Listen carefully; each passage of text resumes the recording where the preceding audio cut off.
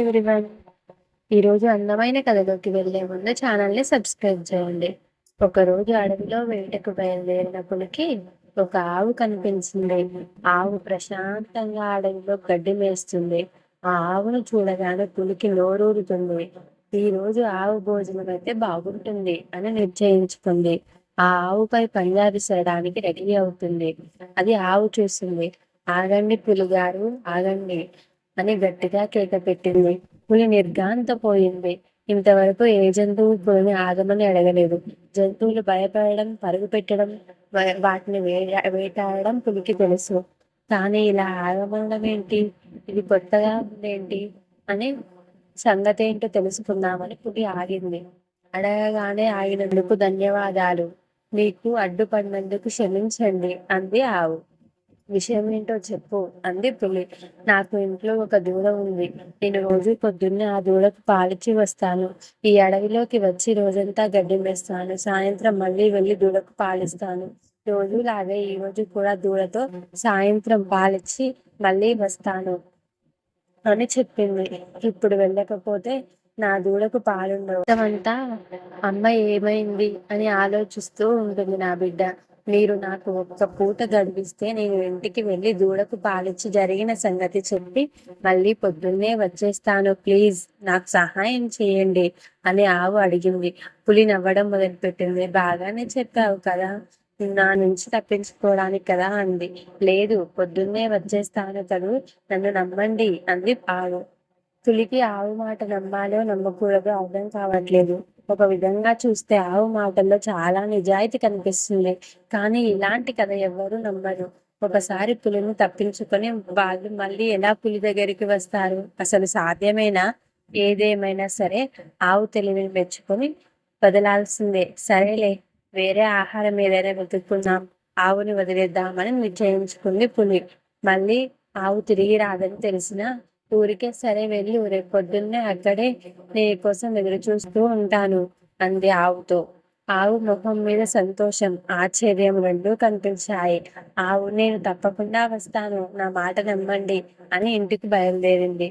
ఇంట్లో దూడకు పాలు ఇచ్చి జరిగింది చెప్పింది. అమ్మ లేకపోయినా పర్వాలేదు, నీకు అందరం సహాయం చేస్తారు, నువ్వు మంచిగా ఉండాలి అని దూడకు ధైర్యం చెప్పి ఎన్నో నీతులు చెప్పింది. గ్రామంలోని తన బంధువులను, మిత్రులైన ఇతర ఆవులకు కూడా జరిగిన సంగతి చెప్పి నేను లేనప్పుడు నా దూడను కూడా మీ బిడ్డలాగే చూసుకోండి అని కోరింది. ఇతర ఆవులన్నీ కలిసి ఆ ఆవును తిరిగి వెళ్ళకుండా ఆపడానికి ప్రయత్నం చేశాయి. కానీ పులి నుండి తప్పించుకొని మళ్ళీ వేంటి అసలు ఇందులో అర్థం ఉందా అని చాలా నచ్చ చెప్పడానికి ప్రయత్నించాయి. కానీ ఆవు వినలేదు. నేను ఇచ్చిన మాట తప్పను, నా దూడకు పాలిచ్చి ఎవరికైనా అప్పచెప్పి తప్పకుండా వస్తానని చెప్పాను, అలాగే వెళ్తాను అని పొద్దున్నే ఆవు దూడను వీడిపోతూ బాగా ఏడ్చాయి. మరోసారి ఆలోచించుకోమని బంధుమిత్రులు చెప్తున్నా తన మాట వినకుండా ఆవు అడవికి వెళ్ళింది. కానీ మనసు మటుకు భారంగానే ఉంది. బాగా భయపడుతూ అడవికి చేరుతుంది. అడవిలో పులికి ఆవు వస్తుందని ఏమాత్రం నమ్మకం లేదు. అయినా ఎందుకో ఒక ఉత్సుకతతో ఆవు వస్తుందా లేదా అని తెలుసుకోవాలని ఆసక్తిగా ఎదురు చూస్తుంది. అందుకని అనుకున్న సమయానికి వెళ్ళి ఆ ఆవు కలిసిన చోటకు వెళ్ళి నిల్చుంది. అక్కడ ఆవును చూసిన పులి ఆశ్చర్యపోయింది. నువ్వు నిజంగా వస్తావనుకోలేదు, నీ దూడకు చెప్పావా అని అడిగింది. ఆవు కళ్ళలో కన్నీళ్లు తిరుగుతున్నాయి. ధైర్యంగా సమాధానం చెప్తుంది. మీరు చేసిన సహాయానికి ధన్యవాదాలండి. నేను దూడకు పాలిచ్చి జరిగినదన్నీ చెప్పి సెలవు తీసుకొని వచ్చాను. మరి నేను నిన్ను తినేస్తే నీ దూడకు పాలెవరిస్తారు అని అడిగింది పులి. నా బంధుమిత్రులకు అప్పచెప్పి వచ్చాను అంది ఆవు. వాళ్లకు ఏం చెప్పావు అని అడిగింది పులి. నిజమే చెప్పాను అంది ఆవు. వాళ్ళు నిన్ను ఆపలేదా, వెళ్ళొద్దని అనలేదా అని ఆశ్చర్యంగా అడిగింది పులి. అన్నారు, కానీ నేను మీకు ఇచ్చిన మాట తప్పనని మీ దగ్గరికి వచ్చాను అంది ఆవు. పులికి ఆవు నిజాయితీ చాలా నచ్చింది. ఇంతవరకు నేను నీలాంటి జంతువుని ఎప్పుడూ కలవలేదు. నీలాగా ఇలా మాట మీద నిలబడడానికి నేను కూడా ప్రయత్నం చేస్తాను.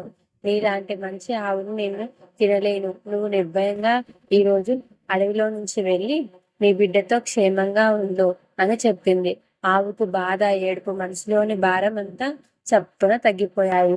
ఆ రోజు గడ్డి మేయకుండానే పరిగెత్తుకుంటూ మళ్ళీ ఇంటికి వెళ్ళి దూడను గట్టిగా వాటేసుకుంది. మనం నిజం చెబుతూ నిజాయితీగా ఉంటే పెద్ద పెద్ద ఆటంకాలు కూడా ధైర్యంగా ఎదుర్కోవచ్చు. ఈ స్టోరీ మీకు నచ్చినట్లయితే లైక్ చేయండి, షేర్ చేయండి, సబ్స్క్రైబ్ చేయండి.